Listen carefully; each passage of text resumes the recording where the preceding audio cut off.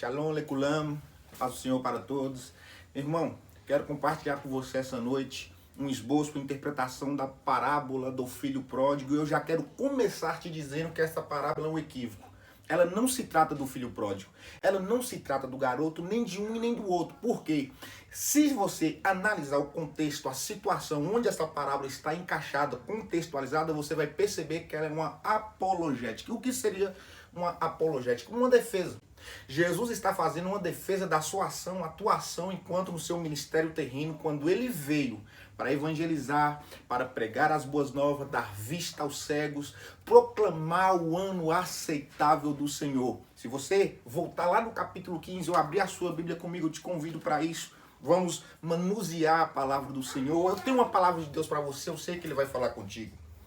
Se você voltar lá no versículo 1, para a gente entender o contexto, vai dizer assim: e todos publicanos e pecadores se aproximavam para ouvi-lo. Ouvi-lo, Jesus. E os fariseus e os escribas murmuravam, dizendo: este recebe pecadores e come com eles. Dito isto, querido, você vai perceber que Jesus, ao ver que eles estavam murmurando isso, pensando assim, Jesus vai começar uma série de parábolas. A primeira parábola vai ser a parábola da ovelha perdida. A segunda parábola vai ser a parábola da dracma. A terceira parábola, a parábola dos dois filhos, ou mais conhecida como filho pródigo. Só que você vai perceber que quando se trata da ovelha perdida, a interpretação paranética, ou seja, a interpretação que a igreja colocou sobre esta parábola, retira dela a sua essência, porque não se trata da ovelha perdida, se trata do pastor que deixa as 99 guardadas, preservadas e vai atrás da perdida. Se você perceber a parábola da dracma, que é chamada de dracma, que não se trata da dracma, meu querido, você vai perceber que a mulher esmiúça-se em si mesmo para procurar a dracma, ela dá tudo de si para achar a dracma, e Jesus, defendendo a sua atuação, ele está dizendo, assim como o pastor, ele deixa 99 ovelhas preservadas, eu também faço, eu deixo 99 preservadas e vou atrás de uma. Eu sou também como a mulher que deixa, que procura na sua casa, varre, acende uma luz, uma candeia e procura diligentemente pela dracma perdida. E quando encontra, a festa, a alegria, reúne as suas amigas. Se você entender este contexto, você vai poder perceber que o capítulo 15, lá no versículo de número 11, vai se iniciar dizendo, versículo 11, e disse, havia certo homem. O texto começa muito claro, falando que tinha um homem que tinha 2 filhos. O mais jovem vai pedir para que haja repartição da herança, o que não era muito comum na época. Os filhos jamais pediriam aos pais para que pudesse haver repartição de herança enquanto este ainda era vivo. Seria quase que uma afronta. Não era proibido, mas era quase que uma afronta. Este filho mais jovem, mancebo, ele chega no pai e fala, olha, da minha parte me convém, da minha parte na herança. Ele está dizendo mais ou menos assim, eu estou cansado de viver debaixo da sua legalidade, eu estou cansado de viver debaixo da sua tutela, eu quero a minha parte, eu quero viver a minha vida, eu estou cansado de prestar contas, eu quero ser autônomo, eu quero viver a vida do jeito que eu quero. Pensando assim, ele pede para que o pai reparta a herança, havendo esse repartimento de herança. Este menino vai para um lugar longínquo, uma terra distante. E a Bíblia vai nos narrar que no versículo 13, acompanha comigo. Não muitos dias depois, o filho mais jovem, transformando tudo, partiu para uma região longínqua. Ali desperdiçou a sua herança vivendo desenfreadamente. Havendo ele gasto tudo, houve naquele país uma grande fome. Então ele começou a padecer necessidades. Foi, arrimou-se a um dos cidadãos daquele país, o qual enviou os seus campos para assentar porcos. Aqui eu quero fazer a primeira exposição para você. Ele chegou num nível tão vergonhoso para o judeu, tão vergonhoso para aquela situação, que ele teve que cuidar de porcos. Para um judeu, para ele cuidar de porco, ele tem que padecer uma necessidade muito grande. Ele estava colocando de lado toda a sua crença, todo o seu orgulho. Ele estava praticamente no pó, cuidando de porcos. E se você olhar no versículo seguinte, vai dizer que ele tinha vontade de comer as alfarrobas, a comida de porco, e ninguém dava. Ele não comeu, não foi porque ele não quis, não foi porque ele tentou e não conseguiu, não. Ele não comeu porque ninguém dava a ele lavagem. Ele queria se alimentar de lavagem e ninguém dava, meu querido. E como não é na nossa vida, às vezes nós chegamos num ponto tal que nós nos pegamos numa tal humilhação que a gente percebe naquele momento: o que eu estou fazendo aqui? Que caminho é esse que eu tomei? Em que ponto, em que momento da história eu me perdi para eu chegar neste ponto? Foi o que aconteceu com esse jovem.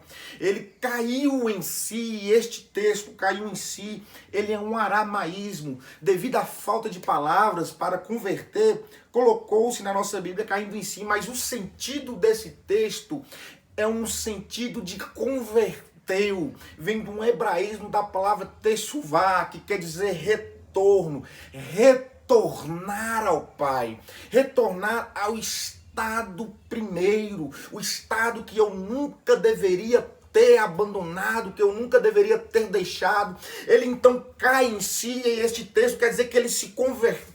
No grego é metanoia, é mudança de pensamento, é um arrependimento que causa a minha volta para um lugar que eu não deveria ter saído. E ele, cheio dessa incerteza, desse arrependimento, ele vai dizer: na casa do meu pai o povo está comendo, os jornaleiros dele têm o que comer, têm o que beber, e eu estou aqui padecendo necessidade. Ele então pensa consigo mesmo: ei, vou voltar para lá. Aleluia. E é isso que nós devemos fazer. É no momento que a gente se pegar, quando a gente vê que a gente está indo buraco abaixo, ladeira abaixo, há tempo para você. Eu quero te dizer que você ainda não está perdido. Há um pai esperando pelo filho. É isso que Jesus está falando, meu querido. Não é sobre este filho. Eu estou te dando um contexto para você entender que o pai, o ancião, está lá na casa esperando a volta dele. Como é que eu sei isso? Eu vou te explicar, porque quando ele se levanta, e este texto que fala que ele se levanta me chama muito a atenção, porque ele não estava deitado. Não quer dizer de uma posição onde o homem se deita, quer dizer que eu me coloco na posição que Deus quer que eu esteja. É de pé, não é caído, não é encurvado, não, é de pé. E ele então vai voltar para a casa do seu pai. Vai dizer o texto, se você acompanhar na sua Bíblia, que vindo ele, o pai viu ele de longe, ou seja, o pai estava esperando na porta, o pai estava esperando ele de braços abertos, esperando a vinda dele. E quando o pai observa que ele está vindo, diz o texto, o pai correu até ele, lançou-se sobre o seu pescoço e beijou. E aqui eu quero te dar uma palavra, meu querido. Isso naquele tempo, naquele contexto, naquela cultura, era uma vergonha. O que? O filho voltar para o pai? Não. Um ancião correr. Um ancião jamais corria naquele contexto, naquela época. Quando o pai vê um filho, aquilo é um escândalo tão grande para o filho que deixou o pai, gastou a herança, está voltando envergonhado. Passa-se na cabeça do pai, eu quero conjecturar com você. O pai, olha lá, tá vindo meu filho. Imagine a vergonha que ele vai passar, imagine o escândalo que vai ser. Todo mundo vai falar dele, todo mundo vai apontar o dedo para ele, todo mundo vai culpá-lo, todo mundo vai querer envergonhá-lo, as pessoas vão querer humilhá-lo. Então o pai cobre a vergonha dele com um escândalo maior, que é ele correndo ao encontro dele. Esse é o evangelho que Jesus está defendendo. É um evangelho que causa escândalo naquele que não entende, causa escândalo naqueles que não compreendem. As pessoas falam: olha, ele era isso, era aquilo outro, foi para a igreja, agora é assim, assim outro. Graças a Deus por isso, que tem uma igreja sarando pessoas, tem uma igreja curando enfermos, tem uma igreja libertando cativos. Esse é o evangelho que Jesus está defendendo, está falando: olha, assim como o pai não se importa com a vergonha de que o povo vai falar dele, eu sou assim. Jesus dizendo: eu não importo que vocês pensam que eu como com o publicano, que eu como com a pecadora, que eu me alimento com eles, que eu tenho comunhão com eles. Este evangelho causa escândalo em quem não entende, mas é um convite para aqueles que se arrependem, é um convite amoroso para aqueles que têm necessidade de ter um encontro com o Pai.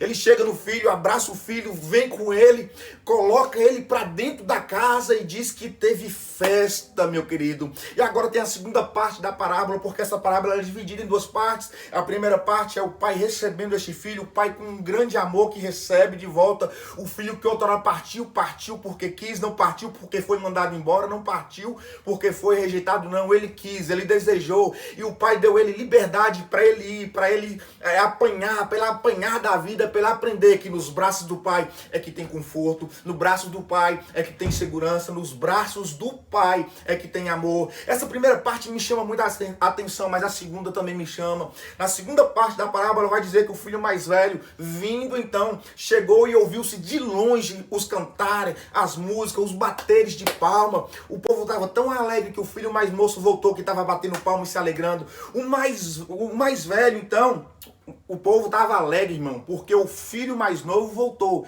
E eles estavam se alegrando. Agora o mais velho questiona: o que é isso? Que festa é essa? Eu não tô acostumado com isso. Desde que o filho mais novo saiu, não havia festa. Desde que o filho mais novo, eles estavam esperando algo para comemorar. E não havia motivo para comemorar. Mas quando o filho mais novo volta, há um motivo para comemorar. O filho mais velho não quer fazer parte da comemoração. Não. Às vezes quem está na presença, ou às vezes quem nunca saiu da presença, não entende que quando algum pecador se arrepende é um motivo grandioso de alegria. O céu se alegra com essa pessoa porque, de repente, o inferno perdeu uma alma.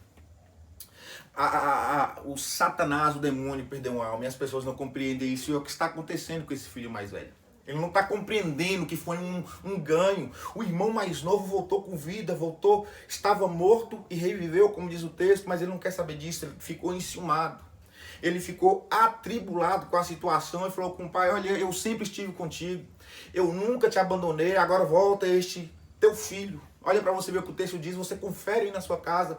Ele não considera o menino irmão dele. O desprezo é tanto que ele fala: teu filho, não meu irmão, teu filho. Ele foi, gastou todo o dinheiro com prostitutas, e o texto não fala isso, ele está acusando o rapaz de gastar o dinheiro com prostitutas. Ele volta e o senhor faz uma festa. O senhor nunca me matou um novilho, nunca me matou nada, mas ele volta e o senhor faz isso. Aí o pai, que recebeu o primeiro filho com todo amor, vai tratar esse de igual modo, com muito amor.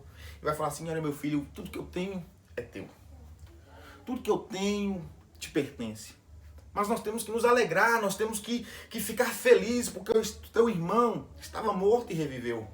Ele voltou para a gente. Venha participar conosco dessa festa. Venha se alegrar conosco dessa festa. E aqui cabe uma interpretação muito interessante. É que este primeiro filho, ele representa todos nós, pecadores e publicanos que os fariseus estavam desprezando. Todos nós que estávamos distantes, mas resolvemos, com a graça de Deus, voltarmos para Ele. Ele nos aceitou. E este segundo filho, que é o filho mais velho, representa estes fariseus a quem Jesus está dirigindo a parábola. E se você notar o texto, esta parábola, ela acaba inconclusa, porque o pai chama o filho mais velho para entrar e não tem uma resposta se ele entrou ou não. Fica aqui a indagação. Será que ele entrou? Será que ele não entrou? O que eu estou querendo dizer com isso? É que enquanto a porta está aberta, o convite está valendo. Basta você querer aceitar. Basta você querer passar por essa porta e aceitar esse convite de entrar para essa festa e fazer parte de uma família onde o Pai cuida da gente. Eu quero com isso, querido, deixar um convite para você. Saia do lugar que você está. Saia da vida que você está vivendo. Abandone isso que você está fazendo. Você sabe o que te causa mal. Você sabe o que causa mal para a tua alma. Eu estou te convidando a largar tudo isso e não abraçar uma religião, mas é ir para o Pai. A religião pode não ter nada, ainda que eu não concorde com isso, porque as pessoas têm uma má interpretação de religião. Mas eu te garanto, o Pai tem algo para você. O Pai tem algo para você. Se você quiser, este convite é para você. O convite é para você, meu irmão, é para você, minha irmã. Eu estou te dando a palavra de Deus dizendo: vamos entrar e participar da festa com o Pai. Que você possa meditar nesta palavra e que Deus possa falar ao seu coração. Shalom e até mais. No esboço, compartilhar com vocês. Já?